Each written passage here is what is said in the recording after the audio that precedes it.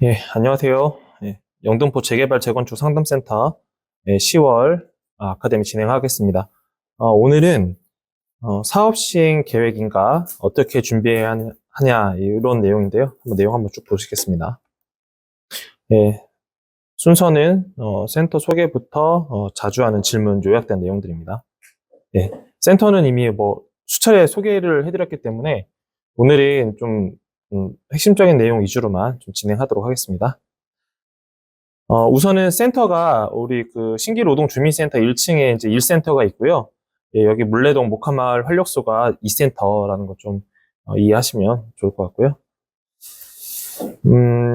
주요 센터의 업무 내용은 재개발 재건축에 관련된 전체적인 이제 상담을 하는 거라고 보시면 될 것 같습니다. 그리고 주민들 교육 이게 핵심입니다.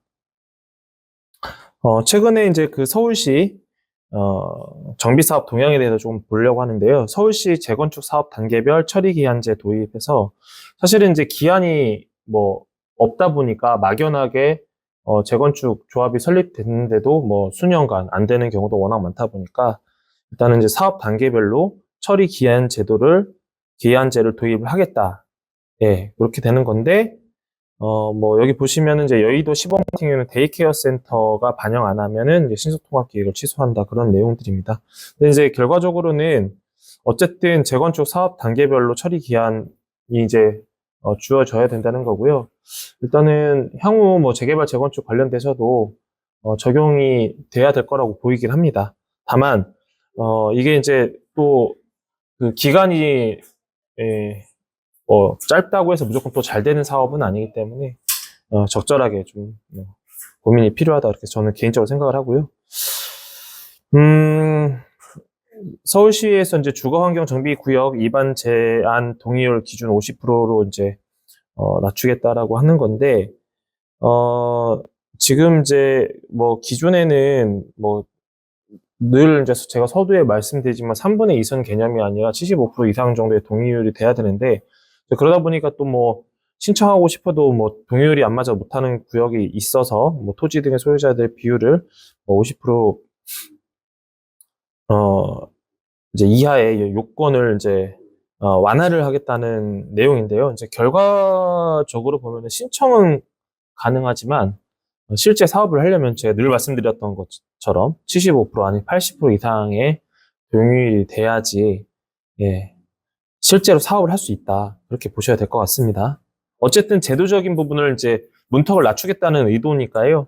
일단은 주민들 입장에서는 재개발을 희망하는 주민들 입장에서는 굉장히 좀 좋은 거죠. 예. 서울 정비사업 사업성 확대된다. 현황 용적률 인정하고 보정개수 본격 시행을 하는 건데, 사실은 이제 용적률에 대해서는 이미 여러분들 많이 알고 계실 거고, 그리고 사실은 이제 수익률을 계산할 때는 이제 비례율을, 그러니까 보정개수라는 표현보다도 이제 비례율을 많이 얘기를 하긴 하는 건데, 비례율이 잘 나와야 사업성이 굉장히 좋아진다라는 부분입니다. 물론 당연히 용적률이 높아지면 비례율도 올라가겠지만, 또 그, 재개발, 재건축을 하려는 지역의 어떤 감정평가에, 좀 직관적으로 얘기하면 감정평가의 금액이 높으면 높을수록 내 이제 자기 분담금을 줄어드는데, 또 반대편으로는 사업을 이제 시행하니까 시공하는 이제 시공 분양하는 입장에서는 사실은 이제 기본 토지 대가가 높아버리면 전체적인 이제 분양 수익이 어쨌든 분양 수익이 조합원 분양과 일반 분양이 있기 때문에 분양 수익이 생각보다 낮아질 수도 있어요. 왜냐하면 자기 분담금이 줄거나 아니면 안 내고 오히려 역으로 줘야 되는 상황이 벌어질 수도 있기 때문에 그래서 이런 부분들은 사실 이게 수치적으로 표현하기에는 좀 다소 어려움이 있지 않을까 하는데 어쨌든 서울시의 정비 사업은 이제 사업성 확대를 위해서 이제 여러 가지 용적률이라든가 부분인가 용적률 인정이라든가 보정 개수를 시행하겠다 그런 부분입니다. 그런데 사실은 이렇게 어떤 큰 테마 위주로만 이렇게 봐주셔야 되는 게 아니라 실질적으로 재개발 재건축의 사업성이나 수익률에 대해서는 좀 디테일하게 들어가 봐야 됩니다. 뉴태원 재개발도 이제 사업성 개선 방안을 만들겠다라는 건데, 여기서 이제 뭐 다른 내용은 어쨌든 기사가 있고 어차피 이 내용들이 다 올라가기 때문에 세부적인 내용 좀 보시고요. 여기서 보셔야 될 거는 이제 서울시 재개발 지원 방안입니다. 그래서 사업성 보전 개수가 도입이 되는 거고, 현황 용적률을 기준 용적률로 인정을 하고, 종상향 공공 기여율을 완화하고, 허용 용적률에서 인센티브를 이제 총 뭐 6개에서 12개로 확대를 시키겠다, 뭐 그런 내용들입니다.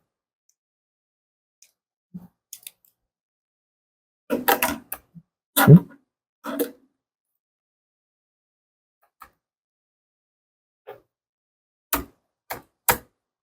뭐지?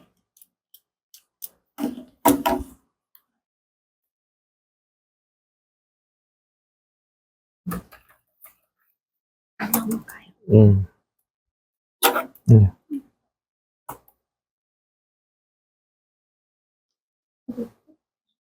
잠깐, 다시. 됐다. 예.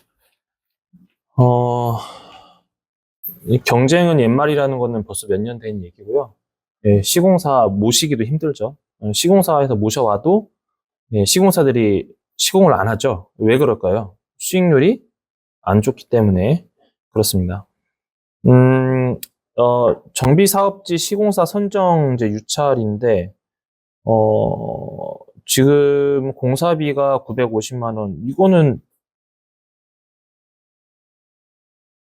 터무니없죠? 저 금액에 절대 공사 안 합니다. 전에도 한번 말씀드렸지만, 시공서열이나 시공순위상으로 30위에서 40위권이 요즘에 이 금액 받거든요? 근데 시공순위 10위권 안에 정도 들어와 줘야 어떻게 보면 이제 그 조합원들한테는 돈이 되는 건데, 사실은 이 금액으로 공사할 수 없죠. 네. 그래서 이제 시공사 모시기가 더 어렵다는 그런 내용들입니다. 보시면 될 것 같고요. 네, 신탁, 재건축, 각광, 사업 속도 올라갈까라고 하는데, 사실은 이제 전에도 저희 강의 때도 말씀드렸지만, 이제 기존에 있던 재개발, 재건축의 개발 방식은 이제 조합원 방식으로 많이 하죠. 근데 이제 신탁사가 들어오는 거는 전에도 이제, 물론 이제 세부적으로 좀 설명을 드려야 되지만, 그냥 직관적으로 설명을 드렸을 때는, 여러 가지 사업의 투명성이라든가 사업 속도성을 고려했을 때는 신탁 방식이 맞다라는 거예요. 근데 다만 이제 관리 신탁을 하게 되면, 예전에는 개발 신탁이라고 보통 했었는데, 이제 관리 신탁을 하게 되면은 어쨌든 신탁사에서도 수익률을 가져갈 수밖에 없기 때문에, 이제 상대적으로 여러분 이제 조합원 입장에서도 그런 부분들이 일정 부분 수익에서 빠져나간다. 그럼 비용이 이제 올라갈 수도 있다. 그런 부분들이 있는데, 어쨌든 뭐 이것저것 고민하지 않고 좀 더 속도 내고, 그리고 뭐 조합에서 발생할 수 있는 여러 가지 이슈를 덮으려면, 뭐 이슈가 꼭 나쁜 건 아니지만 어쨌든 좀 부정적인 요소를 덮을 수 있다면 신탁 방식도 나쁘진 않습니다. 근데 이제 신탁사 선정이 굉장히 중요한 거고요. 그런 부분도 좀 참고하시면 될 것 같습니다.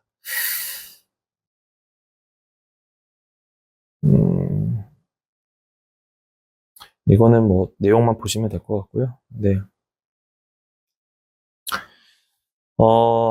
보통 사실은 이제 조합 설립 인가, 그러니까 조합 설립 인가라고 했을 때는 이제 조합 법인이 인가증이 나오고 이제 법인이 설립이 되는 거죠. 이제 설립이 된 다음에 이제 사업 시행 계획 인가, 그러니까 사업 시행 인가라고 보통 표현을 하죠. 네, 시행 인가라고 보통 얘기를 하는데, 시행 인가가 돼야지 이제 이제 가는구나라는 느낌을 줄 겁니다.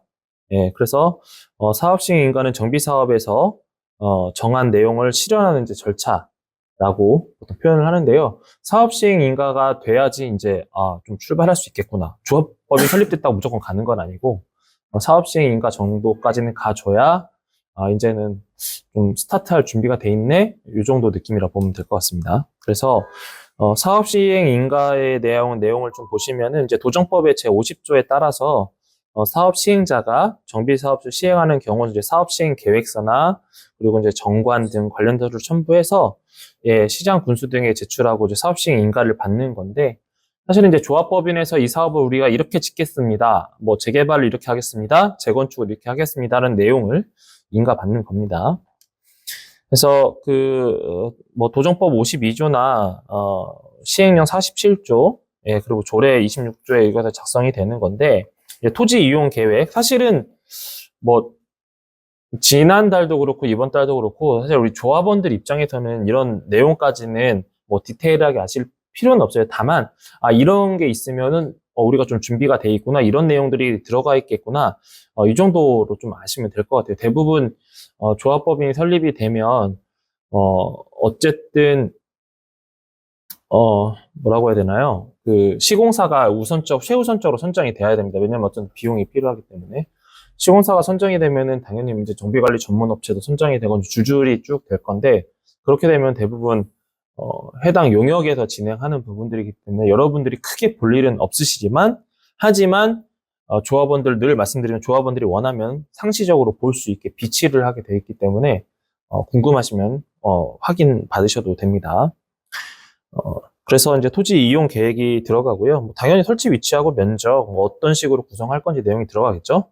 그리고 이제 건축 계획, 예, 정비 구역 내에 이제 이어질 건축물들, 그리고 정비 기간 시설 설치 세부 계획. 그래서 이제 보통 용적률이 상향된다는 거는 그 이제 지역 그 범위 안에서 인구수가 이제 비례해서 증가한다는 반대적인 얘기잖아요. 그러면 대부분 여러분들도 유심하게 보시면 뭐 재개발 재건축을 하게 되면은 보통 그 지역이 다 지어질 때쯤 무렵 되면은 그 인근에 있던 인접도로들이 굉장히 넓어지는 걸 보실 수 있을 거예요. 물론 서울 같은 경우에는 뭐 땅도 좁기도 하고, 그리고 그 지역만 넓힌다고 해서 모든 게 해결될 부분은 아니지만, 어쨌든 재개발 재건축을 하게 되면은 그 지역에 있는 도시 인프라가 기본적으로 다시 재구성이 되게 돼 있습니다. 그게 기본적인 룰이에요. 그래서 지역만 가더라도 뭐 서울 지역은 좀 어렵고, 서울에서 벗어난 이제 수도권 경기 지역, 그리고 더 밑으로 내려가기 시작하면은 재개발 재건축이 완료되는 시점 되면은 그 인접 지역에 있는 인프라 시설, 가장 대표적으로 도로 또는 기반 시설, 그리고 관련된 뭐 공원 시설, 이런 것들이 눈에 확실하게 보이게 됩니다. 그런 것들이 보통 인가할 때 이제 관련돼서 이제 구에서 요구하는 것들이, 내용들이 이제 많이 들어가는 거고요. 그래서 여기에 이제 뭐 도로나 공원, 광장, 상하수도, 전기, 가스 등 배관도 다시 한번 묻는 작업을 하고 있습니다. 사업 시행 계획에서는 이제 세입자의 주거 및 이주 대책하고 정비 사업비, 그리고 사업 기간들을 이제 명기하게 되어 있습니다. 사업 시행 계획서를 이제 관할구청에 제출을 하게 되고요. 그리고 이제 구보로 이제 고시를 통해서 이제 효력이 발생이 되는데, 요 내용들은 이제 토지지정 소유자의 뭐 방식의 경우, 사업 시행자의 이제 지위 확정이라든가, 의제 처리, 그러니까 신축 건축물에 대한 건축 계획, 이런 내용들이 이제 들어가 있고, 뭐 관리 처분을 위한 이제 종전 자산의 감정 평가, 뭐 기준일, 이런 것들도 내용이 이제 전체적으로 다 들어가 있습니다. 개발 사업에 따른 이제 기부 체납인데요. 이제 기부 체납은 여러분들 많이 들어보셨죠? 그러니까 쉽게 설명드리면, 내가 이제 이 땅을 어느 정도 쓴 다음에 뭐 20년이나 30년 쓴 다음에 다시 뭐 고거로 환수한다든가 이제 그런 개념이긴 하는데, 사실 이제 뭐 기부 체납 같은 경우에는 보통 이제 개발 인허가 단계에서 오게 되면은 물론 상황마다 좀 다를 수는 있겠지만, 보통 이제 조건부 인허가를 많이 내주거든요. 건축 행위를 하게 되면은. 그래서 이제 그럴 때 또 많이 들어가기도 합니다. 그래서 이제 토지주가 사업 토지를 포함된 지구 단위 계획 구역 내에서 공공시설 등 공공의 설치 및 제공하는 용적률 완화 등 인센티브를 받는 것으로 해서 건축물하고 현금 등 이제 다양한 방식으로, 예, 공공개발을 실현하면서 민간 개발을 활성화하는 게 도시 발전의 이제 촉진인데, 뭐 내용은 좀 장황한 거고요.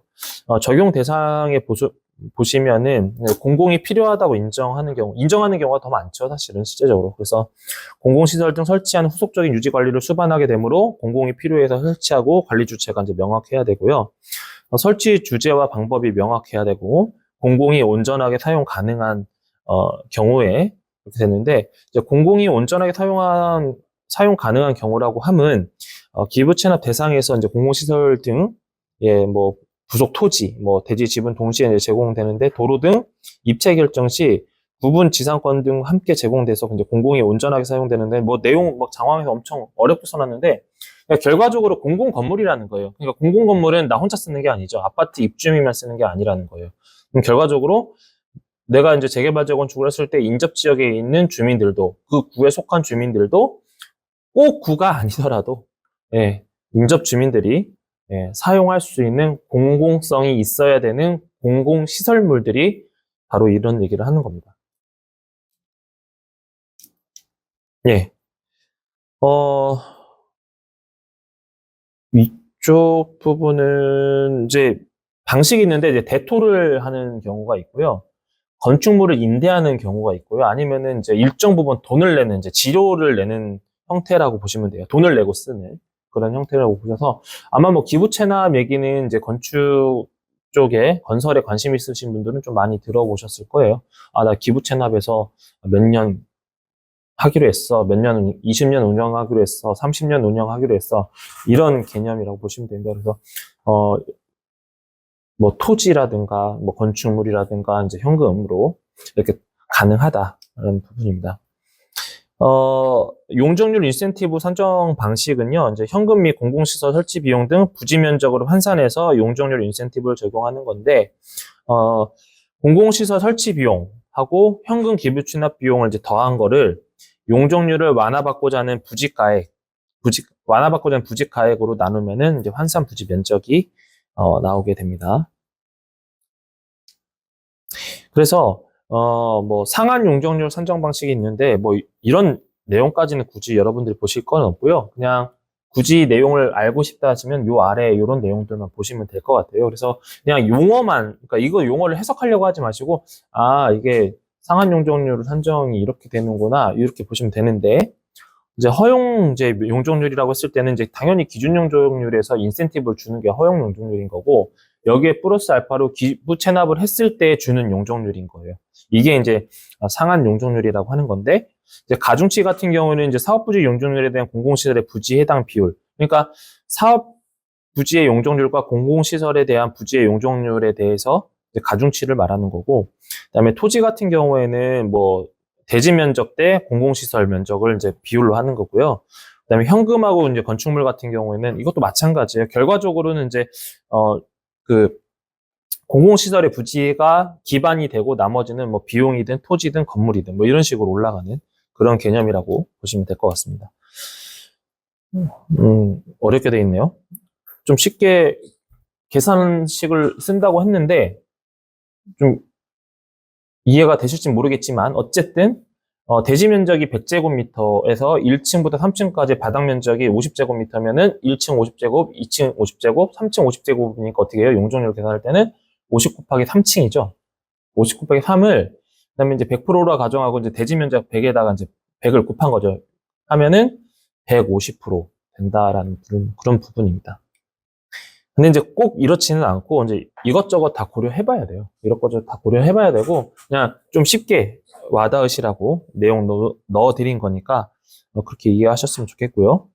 그리고 이제 일종 일반 주거 지역 같은 경우에는 이제 조례상의 용적률은 한 150% 이하로 돼 있습니다. 4천 이하로 이렇게 돼 있고 그다음에 이제 2종 같은 경우에는 기존 용적률이 뭐 170% 그래서 허용 190 상한 250. 그래서 이제 최대 250까지 줄 수 있다. 중공업 지역은 400까지 줄 수 있다. 이제 이런 개념으로 보시면 될 것 같습니다. 용도 지역별로 이제 용적률이 되어 있는데요. 이제 공공기여 계획이라고 했을 때는 이제 공공이 들어가면 여러분들 저희가 최초의 재개발 재건축을 말씀드릴 때 공공이 들어가는 거는 어떤 의미를 부여한다고 그랬었나요? 임대주택을 놓거나 공공시설을 넣거나 그게 가장 대표적인 케이스죠.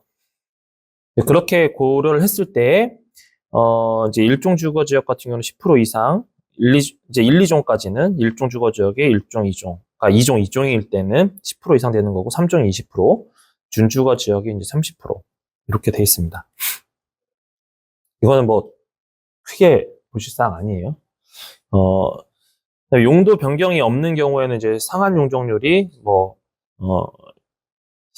200%, 250% 된다는 거고 일반 주거 지역에서 용도 지역이 상향되는 경우에는 이제 상한 용적률이 일종의 용도상 200%, 그 다음에 250%, 250% 이렇게 됩니다. 사업 시행 계획 인가 절차인데요. 사업 시행 인가를 접수를 하게 되면은 이제 사업 시행 인가 나고 착공하고 이제 준공의 개념이 되는 건데, 여기서 보시면은 이제 건축하고 경관 심의가 있고 환경 영향 평가, 아마 지난달에 했었던 내용들이 아마 일부 보일 거예요. 무슨 영향 평가, 소방 성능 위주 설계, 각종 영향 평가 등이 있고, 그다음에 이제 접수하고 인가 사이에 환경 영향 평가 본안, 그러니까 환경 영향 평가의 가평가, 초안 평가가 있는 거고, 사실 저희는 이제 가평가라는 게 좀 정확한 것 같은데 이제 초안이라고 돼 있네. 어쨌든 이제 용어가 그러니까 초안이고, 가평가 한 다음에 이제 접수가 되면은 환경 영향 평가 본평가를 하게 돼 있습니다. 그래서 그 이외에 이제 소방 성능 위주 설계하고 각종 영향 평가가 되는데, 여러분들이 이제 사실 고민해야 될 게, 사실 도심 내에서의 재개발 재건축, 뭐 재건축 같은 경우는 더 할 거고 재개발도 마찬가지. 그러니까 도심 밀집 지역의 재개발 재건축이 환경 영향 평가의 요소가 클까요? 재개발 재건축에서 밀집 도시 지역에서는 환경 영향 평가의 그 의견이 클까요, 적을까요? 제 질문을 잘못했나? 여러 가지 평가 중에 이제 가장 대표적으로 도심 지역에서는 환경 영향 평가이고 교통 평가가 있단 말이에요. 교통 영향 평가가. 그러면은 환경의 인자가 높을까요? 교통의 인자가 높을까요? 평가를 할 때. 환경성을 더 유지를 시킬까요? 교통에 대한 부분을 더 중점적으로 볼까요? 네, 도심 지역 같은 경우에는 사실은 이제 그러니까 밀집 도심 지역은 환경보다는 교통 영향을 더 많이 볼 수밖에 없습니다. 왜냐하면 아시죠? 어, 우리 지역이, 그러니까 예를 들어 100명이, 그러니까 200명이 살았으면 200명이 들어오면 상관없는데, 통상적으로 200명이 들어오면은 보통 4,500명, 600명 가까이가 들어오거든요. 가로 같은 경우에도. 물론 이제 뭐 종마다 다르긴 하겠지만, 예를 들어서. 어, 그러면은 600명이, 그러니까 제가 말하는 거는 명이 아니라 사실 조합원 수를 말하는 건데, 200명의 조합원 수가 있는데, 여기는 분양이 640세대가 된단 말이에요. 세대면 곱하기 한 3 정도 하면 되잖아요. 인원수가 그만큼 3배 정도 늘어나는 거죠. 더 늘어나는 거죠. 그러면은 사실 환경성보다는 유통성을 더 요할 수밖에 없습니다. 그래서 아까 뭐라고 말씀드렸습니까? 나중에 준공 떨어질 때 시점 되면은 지금쯤이면 이제 외부 안전판 다 걷어내면은 도로 공사를 하고 있을 거예요. 어느새. 그런 부분들이 좀 요소가 있다. 그런 부분입니다. 그리고 사업 시행 인가하고 착공 전에는 네. 이제 어쨌든 바닥을 공사판에서 하는 얘기를 바닥 까내기를 해야 되는데, 그러면은 이제 지하의 안전성 평가를 하겠죠. 어차피 지하를 파고 들어가야 되기 때문에 그런 부분도 있고요. 그렇게 이해하시면 될 것 같아요. 사업 시행 인가 이제 세부 절차를 보시면요, 이제 각종 심의 및 영향 평가를 하게 돼 있습니다. 여기 나오죠? 교통 영향 평가 심의, 그죠? 그다음에 환경 영향 평가 심의가 나와 있는 거고, 그다음에 사업 시행 인가에 이제 도서를 작성하게 되고요. 그리고 예, 어, 사업 시행 계획, 주민 동의를 이제 당연히 이제 총회나 또는 이제 동의서를 받아서 진행합니다. 그래서 사업 시행 인가 계획을 신청을 하게 되고, 그리고 이제 공고에 통지 및 공람으로 이제 공고가 되면은 이제 공람 의견 심사를 하죠. 그다음에 인가 검토 및 인가를 하게 되고, 인가 처리 알림하고 보고시에 구보에 고시를 하게 돼 있습니다. 그렇게 이해하시면 돼요. 그다음에 그 사업시행계획 같은 경우는 관할구청의 이제 구보 고시를 통해서 이제 효력이 발생하는 건데, 이거는 이제 도정법 50조에 나와 있는 내용이고요. 시장 군수 등 신고 받은 날로부터 20일 이내에 신고 수리 여부를 이제 통지를 하게 돼 있고요. 근데 대부분 직접 가서 신고 접수를 하고 있기 때문에 통지의 사실 통지 여부는 큰 의미는 없는 것 같아요. 그리고 사업 시행 계획 제출한 날로부터 60일 이내 인가 여부를 결정하는 건데, 사실은 꼭 60일 이내를 이제 지켜주려고 하지만, 대부분 이제 서류를 제출하게 되면 이제 구가 검토하면서 여러 가지 의견도 묻고, 기타 서류 추가 제출하는 경우도 있어서 60일이라는 개념 자체를 이렇게 이해하시면 좋을 것 같아요.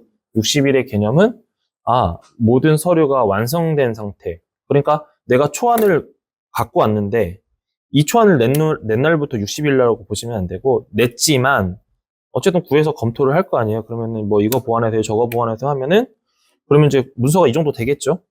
그러면 이게 완성된 거다. 이제 제출 최종 하세요. 이제 그러면 그때로 이제 60일 이내인데 이제 물론 그동안 일정 고려해가지고 이제 담당 주무관 분들이 검토해서 좀 빠르게 진행해 주시지만 그렇게 이해해라. 그래서 여러분들이 뭐 우리가 통상적으로 공공기관에 뭐 문서를 제출하게 되면 뭐 보통 원칙이 있잖아요. 항상 홀수일이죠. 15, 30 이렇게 돼 있는데 그게 모든 게 완성됐을 때 완성형일 때 그렇게 된다라고 이해하시면 될 것 같습니다. 사업시행 계획 인가에 주민 동의 요건이 있는데 이제 조합 방식이 있고요. 그리고 토지 등 소유자 방식, 그리고 지정 개발 방식 이렇게 돼 있는데 이제 전체 조합원의 20% 이상이 직접 출석을 해야 되죠. 왜냐하면 이제 이 직접 출석이라는 게 사실은 이제 이게 어느 시점에 진행되는 겁니까? 사업시행 인가가. 조합법인이 그러니까 조합 인가가 되고 법인이 설립된 다음에 진행하는 게 사업 시행 인가잖아요. 절차적으로 봤을 때. 그러면 이미 그때부터는 이제 주민들의 관심이 별로 떨어져요. 그러다 보니까 이쪽도 되게 중요한데, 사실은 서면으로 처리하는 경우가 굉장히 많았어요. 기존에는. 그냥 서면으로 그냥 뭐 내용도 모르고 그냥 도장만 찍어주는 거죠. 그러다 보니까 나중에 여러 가지 이슈가 생기니까 이제는 전체 조합원의 20% 이상은 직접 출석하고 그 다음에 조합원 과반수 찬성으로 의결을 받는 그런 형태고요. 당연히 이제 총회가 일어나기 때문에 진행되면은 이제 조합장관에 의해서 속기록 및 참석 여부 명부를 작성해서 사업 시행 계획 인가를 하는데 뭐 대부분 이제 요즘에는 뭐 영상물이 많이 매체가 발달해서 뭐 스마트폰이든 뭐 스마트폰을 많이 찍죠. 회의 자체를 그렇게 진행된다라고 보시면 될 것 같습니다. 토지증 소유자 방식 같은 경우는 이제 토지증 소유자의 4분의 3, 면적의 2분의 1 이상 동의서를 진구하는 경우, 지정개발자 같은 경우에는 이제 과반수 2분의 1. 이건 거의 비슷한데 이제 토지증 소유자의 4분의 3 이상이라는 겁니다. 예. 사업시행 인가 공람 공고입니다. 의제 처리라는 이제 용어인데요. 용어적인 정의를 한번 좀 보고 할게요. 의제 처리는 개별 법률에 따라서 각각 법률에 따라서 이제 인가, 허가, 승인, 신고, 등록 등을 신청하여서 이제 득해야 하는 법률 행위를 일시에 서류를 제출하여 일괄 처리하는 방식이라는 겁니다. 그러니까 그냥 인허가 서류, 그러니까 통칭 이 내용들은 인허가 서류라는 거예요. 인허가 서류를 제출해서 일괄 처리하는 게 의제 처리라는 개념으로 보시면 될 것 같고요. 공람 공고는 뭐 이미 다 아시겠지만 누구나 다 볼 수 있게 우리 이렇게 이런 사업합니다. 라고 하는 겁니다. 공람 공고의 의의라고 돼 있는데요. 이제 주민 수렴의 그러니까 주민 의견 수렴을 위한 절차입니다. 이런 이제 공람 공고 같은 경우에는 뭐 재개발 재건축뿐만 아니라 토지 보상할 때도 공람 공고를 많이 하죠. 그래야지 주민들이 와서 보고 내 지역이 아니면 이 지역이 어떻게 되고 있는지 볼 수가 있기 때문에 이제 공람 공고라는 거는 오픈하겠다. 서류를 오픈할 테니까 해당 지역의 주민들 와서 보시고 의견을 주세요라고 하는 겁니다. 그래서 보통 이제 공람 공고 같은 경우에는 2주 이내인데 공람 공고일 지나서 의견 제출하면 안 되는 거 여러분들 다 알고 계시죠? 네. 지나서 오는 경우는 의미가 없어요. 항상 지나서 오시는 경우도 있는데 네. 오신 다음에 공람 공고일이 지난 다음에 해볼래요 이렇게 하면은 그때는 의미가 없는 거죠. 그래서 그렇게 보시면 되고 이제 14일 뭐 이상 실시한다 근데 뭐 보통 뭐 2주 많으면 최대 한 달 뭐 이렇게 보시면 될 것 같아요. 왜냐면 이게 공고일이 길면 길수록 사업이 늦어지니까 보통 14일부터 한 달 정도 그렇게 정도 보시면 될 것 같아요. 이제 공람 공고문을 작성하게 되고 이제 구청 구보에 이제 공고를 하게 되는 거죠. 그리고 이제 구역 내 조합원에게 보내면 사실은 이제 구청 공고에 보내는 것보다 이제 조합법인에서 먼저 알고 있기 때문에 사실은 이제 조합법인을 운영하게 되면 요즘에는 뭐 밴드도 단톡방보다는 밴드를 많이 운영을 하기 때문에 밴드에다가 올려놓고요. 그리고 필요에 따라서는 뭐 조합 인원 이제 조합원들 목록이 관리가 잘 되면 단체 문자로도 많이 보냅니다. 그래서 계속 안내를 주죠. 네, 조합 사무실에서 잘하는 조합들은.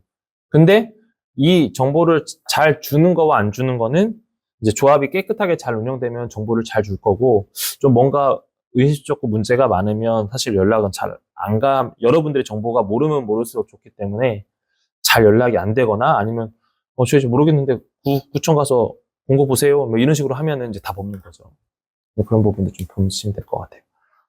그래서 사업시행 인가고시에서 이제 통지는 처리 알림 공문하고, 그다음에 인가서, 인가조건, 고시문, 그리고 이제 주민채권, 주택채권하고 면허세 뭐 이런 내용들이 있고요. 임대주택 대상자 명부. 여기서 핵심은 이제 변경을 할 때 일반 변경 시에는 어떻게 해요? 네네. 조정법에 따라서 무조건 총회 의결을 거쳐야 되는 거예요. 총회 의결. 총회가 여러분이 다 투표하는 겁니다. 서면결이든 직접 참석해서 제출하든 간에 총회 의결을 통해서 제출 수 있습니다.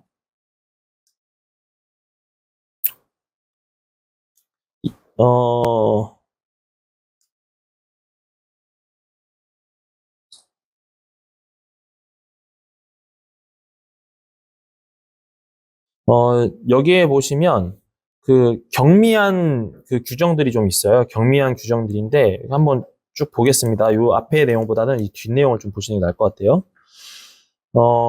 경미한 변경 같은 경우는 규정에 있는 사항을 이제 제외한 나머지, 그러니까 규정에 있으면 제외되는 거고 없으면은 일반 변경으로 다 넘어가는 건데, 그냥 경미한 변경은 이제 정비사업비의 10% 범위 변경 및 관리처분 계획에 따라서 변경 시나, 그리고 건축물이 아닌 부대시설, 그러니까 복리시설 위치 변경. 사실 위치하고는 큰 의미가 없잖아요. 그죠? 그리고 세대수나 세대당 주거 전용 면적 변경 없이 세대당 주거 전용 면적의 10% 내에 이런 것들, 이런 내용들은 조금 보시면 되겠네요. 그리고 대지 면적의 10% 범위 안에서 변경되는 거라든가 내장 재료든가 외장 재료 변경이라든가. 그래서 간혹 입주하시면서 상담을 요청하시는 경우가 있어요. 그러니까 제가 어제 오전에도 전화를 받았었는데, 이제 뭐 서울 지역은 아니고 이제 경기도 모 지역인데, 처음에 이제 시공사를 선정하고, 그 다음에 이제 시공사가 제안했던 그런 뭐 여러 가지 어떤 뭐라고 해야 되나요? 부대 시설은 아닌데 아파트에 들어가면 이제 부속물이라고 해야 되나요? 그런 용어가 정확하려나? 인테리어 자재가 좀 다르다라는 거예요. 네, 다르다라는 건데, 사실은 이제 이게 이제 경미한 사항이어서 뭐 어떤 뭐 대단히가 뭐 구조적인 게 엄청 바뀌었거나 뭐 그런 게 아니고, 경미한 사항이어서 사실 의미는 없다라고 했는데, 일단은 뭐 제가 봐도 내장 재료가 클래스가 좀 많이 차이 나긴 하더라고요. 네. 그런데 뭐 그거는 경미한 사항으로 좀 변경이 돼가지고, 네. 그런 것도 있었고, 그다음에 강남 지역의 모 역세권 옆에 있는 지역도 외장 마감 자재가 그러니까 누가 봐도 이건 아닌데 하는데 또 바뀌었는데 사실은 아무것도 할 수가 없었어요. 네. 네, 그런 부분들이 있기 때문에 이제 그만큼 좀 조합원들이 관심을 많이 가져야 되는데, 사실은 안전시설 설치해놓고 가드 설치해놓고 공사를 할 때는 여러분들이 이제 거의 볼 일이 없고, 준공 끝난 상태에서 가서 이제 자기 호수 배정되고 가서 뭐 문제 있는 거 없나 이런 거 보면서 막 눈에 드러나긴 하는데, 사실 그런 것들은 경미한 사항이다 보니까 사실은 이런 부분들은, 그러니까 뭔가 인테리어적인 요소들은 경미한 사항이 아니라 일반 의결을 거쳐야 되는데 이건 경미하게 넘어가고 있다라고 보시면 될 것 같습니다. 정비사업, 네, 그러니까 사업시행인가 계획 고시를 할 때, 인가 고시를 할 때, 고시사항으로는 이제 정비사업의 종류와 명칭, 뭐 당연하죠. 그 다음에 정비 구역 및 위치 면적, 그리고 시행자 성명 주소, 예, 그리고 정비 기간, 인가일, 수용 또는 토지할 부속물의 명세 및 소유의 권리 명세라든가, 그다음에 건축물의 대지 면적, 건폐율, 용적률, 높이, 그리고 주택의 규모, 주택 건설 계획의 내용이 일단은 고시가 되는 거죠. 그리고 정비 기반 시설 및 토지 등의 귀속에 관한 내용들, 이런 내용들이 들어갑니다. 그래서 이제 사업 시행 계획 인가 사례 이제 공문을 이제 이렇게 보시면 뭐 이런 식으로 나와 있다라고 보시면 될 것 같습니다. 이제 이런 걸 위반하면 사업 그러니까 시행 계획 인가를 받지 아니하고 정비 사업을 시행하면 어떻게 될까요? 네, 당연히 법적인 처벌을 받죠. 2년 이하의 징역 또는 2천만 원 이하 벌금. 근데 그 계획 인가를 받지 않고 정비 사업을 할 수가 없죠. 바로 신고 들어가가지고. 네. 그런 건 요즘에 거의 없다고 보셔야 됩니다. 이거는 사실. 자, 총회 의결을 거치지 아니하고 하면은 이것도 마찬가지입니다. 그래서 사실은 이제 총회 의결을 이런 거는 좀 1번보다는 첫 번째보다는 이게 좀 많았어요. 총회 의결을 거치지 아니하고 그냥 뭐 서면 동의만 이렇게 그러니까 총회 한 것처럼 하는 경우가 있었는데, 이제 요즘에는 예전에 많았어도 요즘에는 또 그렇지 않습니다. 요즘에는 절차상 하자 있으면 나중에 본인들 문제가 되기 때문에 그렇게는 안 하는데, 그나마 이 둘 중에 뭐가 많냐 했을 때는 이게 의결을 거치지 아니하고 하는 경우가 좀 많았는데, 요즘에는 뭐 그렇지는 않습니다. 이제 거의 끝나가는데요. 이제 주요 체크할 사항인데, 사업 시행계획 인가 신청 시에 이제 구비할 내용인데요. 시행자, 사업을 시행하는 자의 법인 등기부등본, 인감증명서가 들어가는 거고요. 주민 동의 서류가 들어가야 되고요. 네, 건축물 관련 이제 도서라든가, 기존 및 이제 신설, 정비 기반 시설 관련 서류, 사업 시행 계획 관련 기타 서류인데, 여기 뭐 자금, 이주 대책, 철거 대책, 수용 또는 뭐 명세 철거 계획이 있는데, 이거는 이미 기존에 많은 사업자들이 했기 때문에 그냥 그 틀을 어기는 경우는 거의 없다라고 보시면 될 것 같습니다. 정비 계획과의 이제 정함 여부인데, 사실은 계획서를 냈으니까 당연히 계획대로 해야겠죠. 근데 물론 이제 미세하게 이제 조정되는 부분들은 있는데, 그런 건 사실 협의해가면서 진행하는 거고, 또 정비계획 결정 시에 부여된 인센티브 적용 사항이라든가 반영 여부, 그러니까 이게 어쨌든 지금은 이제 인센티브를 반영한다라는 것들은 보통 이제 공공성을 의미하는 거기 때문에 적용했냐 안 했냐 이런 걸 보는 거고요.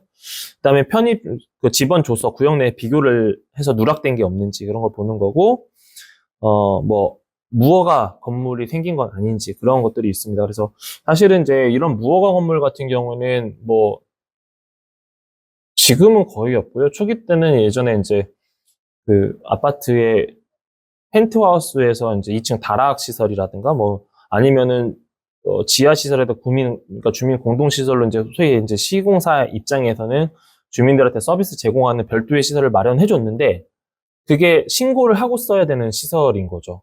그러면은 당연히 신고를 안 하면 못 쓰는 경우도 있다라는 건데, 요즘에는 뭐 그런 경우는 거의 없고요. 다 정확하게 씁니다.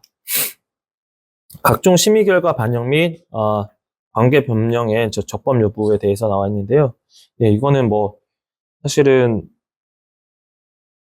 절차적으로 그렇게 뭐 누락되고 하는 건 없는데, 이런 경우는 조금 발생할 수 있어요. 그러니까 이 내용들을 어기는 것보다도 전에도 한번 질문을 하셨던 것 같은데, 사업 시행 인가를 해놓은 상태에서 이게 굉장히 예전에, 그러니까 보통 어떤 게 많냐면 이제 법이 변경됐을 경우, 담당자가 바뀌었을 경우, 근데 이제 담당자가 아직 그 내용에 대해서 정확하게 이제 모를 경우가 있는데, 그럴 때는 이제 기존의 서류하고 이걸 비교를 해야 되는데, 거기에서 좀 누락되는 경우가 있고, 법이 변경되는데 이게 이제 법 변경 시점에 이전에 받았다고 하지만, 최근에 이제 트렌드는 법이 변경됐으면 그 변경된 거에 맞게끔 아직 사업을 실제로 진행을 안 했으면, 법이 변경됐으면 법이 변경된 법에 의해서 사업 시행 인가를 그러니까 다시 받는 건 아니고 변경을 해야 되는 경우가 발생할 수가 있거든요. 그러면은 사실은 법이 변경된 기준으로 변경 관련 이제 법령 기준으로 다시 해야 된다, 검토를 해야 된다는 겁니다. 이건 사실 이 부분은 조합에서 이제 시행자 입장에서도 해야 되지만 구에서도 관할 관청에서도 같이 검토를 해줘야 된다라고 이제 보는 거죠. 그래서 뭐 주민 등 요건 이제 충족 여부는 이제 총회 의결 시에 예, 전체 조합원의 20%는 직접 출석을 해야 됩니다. 직접 출석을 하고 이제 출석 인원의 50% 이상이 오케이 하면은 예, 바로 진행되는 거고요. 이건 앞에서 한번 같이 표로 드렸고 신설 정비 기반 시설 및 실시 계획 인가 도서 및 내역 적정성 뭐 반영된 설계 도서가 반영돼 있는가, 정비 계획 고시 내용과 틀린 게 없는가, 그다음에 공사비 세부 내역이 그냥 뭉뚱그려서 작성되는 게 아니라 디테일하게 작성되어 있는가, 이런 것들을 보는 겁니다. 그리고 이제 기타 검토 사항이 있는데요. 이거는 한번 참고만 하시면 될 것 같아요. 그래서 여기서는 뭐 정비사업 기간의 산정 적정 여부에서 준공후 해산이라든가 청산할 수 있는 방법, 청산하는 방법이라든가, 그다음에 관련 서류 인계 시에 뭐 기간 고려하는 경우가 있는데, 이 청산도 사건이 좀 있었죠. 작년인가요? 재작년인가요? 제가 정확히 날짜가 기억이 안 나는데, 일단은 강남 쪽 지역에 청산을 기존 조합장이 맘대로 해버렸어요. 조합원들의 동의를 안 받고, 이게 사실은 이제 청산하면서 비용이 남아있으니까 뭐 조합원들에게 돌려준다거나 아니면 아파트 내 어떤 시설로 활용하면 되는데, 적지 않은 금액을 그냥 날려버렸어요. 그 돈이 어떻게 쓰였는지도 몰라. 그래서 한번, 문제가 된 적이 있습니다. 근데, 결과적으로 이거는 확인할 수 있는 내용이 없어서 이미 주민들이 동의를 해버린 상황이라서, 그래서 그런 좀 이슈가 있으니까 잘 보셔야 됩니다. 그리고 세입자 대책 적정 여부가 있는데, 뭐 주거, 뭐 비주거 대책이라든가 비대책자별로 수립 대책에 대해서 적정한가, 이게 현실성 있는가. 근데 이제 이런 것들은 사실은 재개발 재건축하면은 어쨌든 내가 집을 비워줘야 거기다 짓는 거기 때문에 이주주 대책을 아주 생각을 안 할 수가 없어요. 특히 그리고 이제 구도심 같은 경우에는 노인분들이 굉장히 많기 때문에, 그러니까 어르신 점유율이 굉장히 커서 그런 분들이 뭔가 이사를 한다는 게 쉽지가 않거든요. 그래서 거기서 오는 문제들도 있어서 저는 주거 대책 이런 것들 조금 뭐 물론 그런 내용들이 뭐 100%다 담겨 있는 건 아니지만 그런 내용들도 어느 정도 고려를 해야 됩니다. 네, 자주 하는 질문 볼까요? 아마 뭐 질문 있으신 분은 거의 이런 내용에서 왔다 갔다 할 것 같은데, 분담금이 너무 높게 나왔다는 점을 알고 사업을 계속 유지할 고민이다. 분담금이 너무 높다. 분담금이 높은 이유는 뭘까요? 분담금이 높은 거는 왜 높을까요? 건축비가 높을 수도 있고, 반대로 말하면 건축비는 동일한데 감정평가 금액이 낮아서 그럴 수도 있고, 예, 뭐 둘 중에 하나겠죠. 요즘은 건축비가 많이 올라가지고 권리가액도 거기에 맞춰서 많이 조절해서 위로 올려준다고 그러는데 안 그렇습니다. 그렇죠. 네. 감정평가는 항상 이제 이게 되게 잘못된 인식인데, 감정평가는 뭔가 평가를 할 때, 자산평가를 할 때는 항상 최소화합니다. 네. 그러니까 누가 보상의 개념이 들어갈 경우. 그러니까 사실은 이거죠. 재개발 재건축은 늘 말씀드렸지만, 헌집을 줘서 새 집을 받는 형태잖아요. 그러면은 새 집을 받을 때는 당연히 사업을 시행하는 입장에서는 어때요? 이익을 남기고 싶고. 그러면 헌집을 처분할 때는 최소화가 싶은 게 기본적인 룰이거든요. 자, 그러면 감정평가는 어떤 입장에서 하는 거죠? 세 가지 입장에서 하겠죠. 시행자와 조합 주민과 어떤 중간자적인 역할이 뭔가 있겠죠. 그렇게 되면 당연히 감정평가를 할 때는, 예, 많이 주려고 하겠지만, 실질적으로는, 그러니까 기존 자산 자체가, 적게 평가될수록 오히려 공사 수익은 더 나올 수도 있겠죠. 물론 그게 이제 조합 방식에 따라서 뭐 조합 수익이 어떻게 배분이 되니까 이게 더 좋은 거 아니냐 그렇게 말씀하시는 분들도 계시긴 하는데, 기본적인 큰 틀 안에서는 그거는 이제 깊게 들어가서 할 얘기고, 기본적인 큰 틀 안에서는 그냥 사실 자산 평가는 가급적이면 적게 해주려고 하는 게 현행 감정 평가 방식이라고 보시면 돼요. 적게 주려고 그러면 토지 등 소유자들이 자기 재산이 적으면 요즘은 아파트값이 너무 조합원 분양가가 너무 높은데 네. 못 들어가잖아요. 그러면 조합도 손해고 시공사도 손해잖아요. 그러기 위해서는 감정가액을 좀 어느 정도 맞춰서 일반 분양하는 그 앞으로 몇 년 후에 몇 년이 아니라 잠깐 이제 사업 시행 끝나면 이제 일반 분양할 거 아닙니까? 그 전에 하나요? 일반 분양은? 선생님? 보통, 사업 시행 끝나고 네, 그쵸, 하죠. 그쵸. 2주 네, 하면은 그쵸, 그쵸. 2주 하면 하는데 그러면 그때 할 때에 일반 분양을 대비해가지고 감정가를 매깁니까? 그렇지는 않고요. 아, 그렇죠. 사실은 이제 잘 되는 경우가 이제 지금 선생님이 말씀하신데, 서울 경우, 우리는 예, 그러니까 수도권 같은 경우에는 근데 이제 그것도 잘 보셔야 되는 게 사실은 사실 오늘 뭐 사업 시행 인가가 중요하다라고 저는 생각하지는 않아요. 왜냐하면 사실 이제 결국 이제 자기 분담금하고 분양을 어떻게 할 거냐 그거의 문제이긴 하는데 사실은 이제 좀 전에 말씀하신 대로라면 이제 시공하는 입장에서 어쨌든 조합원 분양도 시키고 완성시켜야 되고 그다음에 일반 분양인데 일단은 그러니까 물론 뭐 제 말이 100% 맞다라고 생각하지는 않는데 통상적으로 진행할 때는 일단 조합원 수는 그러니까 조합 분양은 일단은 깔고 가는 거잖아요. 빠져나갈 수가 없는 거지 일종의. 그러니까 자기 권리가액이 적으면은 에이 나 그거 포기할래 안 들어가 그러면 시공사고 줘가지고 손해잖아요. 그렇죠. 그런데 이제 그렇게 생각을 안 하는 거죠. 기본적으로는 조합원들은 들어온다는 전제하에 가는 거기 때문에 그렇게까지는 생각을 하진 않는다라고 보시면 되는 거고요. 그다음에 두 번째는 이제 아까도 말씀드렸지만 사실은 이제 뭐 감정평가의 금액이 낮다. 그래서 내가 자기 분담이 높다라고 하는 게 그 높다고 한다고 하더라도 실질적으로 이제 내가 입주하고 난 이후에 구성되는 이제 그 지역만의 아파트 아니면 그 지역만의 부동산 가액이라는 게 형성이 되잖아요. 이제 그걸 봐야 되는 거예요. 그래서 여러분들이 이제 대략적으로 그러니까 제가 강의 나가면 대략적으로 말씀드리는 게 나하고 유사한 조건에 있는 재건축 지구나 재개발 지구에 완성된 지역을 한번 봐라. 그래서 어차피 감정평가 금액은 확인이 가능하잖아요. 그러면 그때 기준과 지금 거기에 이제 형성되는 부동산 시세를 볼 필요가 있는 거거든요.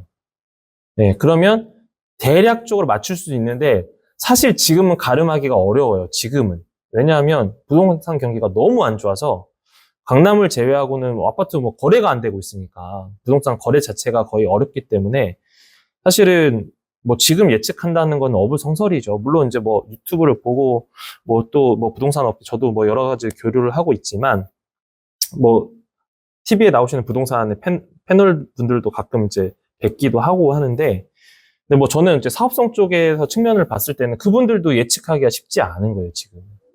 예측할 수는 있죠. 뭐 어디가 좋아 보인다. 근데 그게 실질적으로 예전처럼 어느 정도 맞는 그런 구조는 없고 맞는 경우에는 이미 여러분들도 다 알고 있어요. 불과 한 9월인가 10월달 9월인가요? 8월달에 한번 분양 하나 그 대장주 있었잖아요. 그거 그 아파트 이름 생각이 안 나네. 강남 그거 아니 제 문제 톡방에 있는데. 근데 그런 것들은 실제로 분양가액보다는 분양받는 순간 2, 30억대로 확 뛰어버리니까 그런 거는 이미 그분들만 알고 있는 게 아니라 여러분들 다 알고 있어요, 어느 정도. 그러니까 예전에는 아름아름 알고 갔던 지식이 지금 오픈되는 게 너무 많다 보니까 사실은 뭐 예측하기는 어려우나 그래도 굳이 해야 된다고 하면은 이런 것들은 높은데 왜 높은지를 일단 봐야 되는데 그게 가장 큰 틀이고 높더라도 아까 말씀드렸던 것처럼 그러니까 이주를 한 다음에 유사 지역을 한번 좀 비교해 볼 필요는 있다. 그거를 이제 필요하다면 조합한테 요구를 해볼 필요도 있다. 그렇게 보시면 되는 거고 두 번째는 분담금이 높아도 좋다라고 가정을 하게 되면은 무조건 예 시공 순위가 높은 쪽 아파트를 하는 게 좋은데 아까 뭐라고 말씀드렸습니까? 예전에는 시공사를 선정하셨지만 지금 선정이 아니죠. 모셔와도 할까 말까 하기 때문에 아예 그냥 어차피 분담금을 높일 거면은 아예 시공할 때 좀 돈을 더 낼 생각을 하고, 아예 20위권 안에, 그러니까 시공순위 20위권 안에 시공사를 모셔와서 일하는 게 더 나을 수도 있어요. 그것도 하나의 전략이긴 해요. 현행에서. 근데 이제 사실은 모든 조합원분들이 내 돈 내긴 싫지. 지금도 충분한데. 근데 감정평가에 보면 더욱 황당하죠. 야, 내 시세가 이만큼인데. 근데 그거는 어렵다. 이 정도까지만 하고 정리하고 넘어가겠습니다. 관리처분 계획 인가하고 사업시행 인가가 이제 무슨 차이냐고 하는데요. 일단은 사업시행 인가가 제일 중요한 거고요. 그러니까 공사를 어떻게 할 건지 그 계획복을 하는 겁니다. 관리처분 계획은 이제 조합원 간 이제 자산 배분을 확정하는 그런 단계라고 보시면 되기 때문에 사실은 이제 사업시행 인가가 제일 중요해요. 근데 사실은 저는 더 중요한 게 시공사 선정이에요. 예, 조합법인 인가 난 다음에 법인 설립한 다음에 초기 시공사 선정하는 게 제일 중요합니다. 제일 중요합니다. 그게 결과적으로 종후자산 평가를 할 때 그게 나한테 결국 나의 자산, 그러니까 재산이 되기 때문에 부동재산이 되기 때문에 사실은 시공사 선정하는 게 제일 중요하다라고 보시면 되고, 뭐 물론 이제 그런 지역도 있겠지만 그렇게 보시면 될 것 같고요. 총회결을 거치지 않아도 되는 것들은 뭐 경미한 사항들이 있었어요. 아까도 뭐 내장재, 외장재도 들어갔지만 그런 경미한 사항들을 좀 참고하시면 될 것 같고, 60일 이내라고 돼 있지만 여기 항상 단서를 달았죠. 특별한 사유가 없으면. 이렇게 특별한 사유가 생길 수 있으니까 60일 이내에 딱 내가 제출했으니까 60일 이내 그런 건 아닙니다. 특별한 사유가 있으면 60일 이내. 이거는 의미 없을 것 같고요. 네. 환경영향평가, 교통영향평가 등 각종 영향평가가 결정되기 전에 사업시행 인가를 신청할 수 있나요? 예. 사업시행 계획 인가 전 환경영향평가 협의 요청을 해야 하고, 네. 사업시행 인가 전, 예, 교통영향평가를 제출을 이제 심의 받아야 하는데, 특히 이제 서울 수도권의 이제 도심, 그러니까 주거지 밀집 지역 같은 경우는 뭐라고요? 환경영향평가보다는 교통영향평가가 더 중요해요. 실제적으로. 네. 네. 그래서, 오늘은 이 정도까지만 하고요. 질문 주신 분들은 혹시 저희 직원한테 남겨주시면 저희가 별도로 전화를 드리도록 하겠습니다. 예, 이번 달 10월 달 아카데미는 오늘로 마감하도록 하겠습니다. 고생하셨습니다.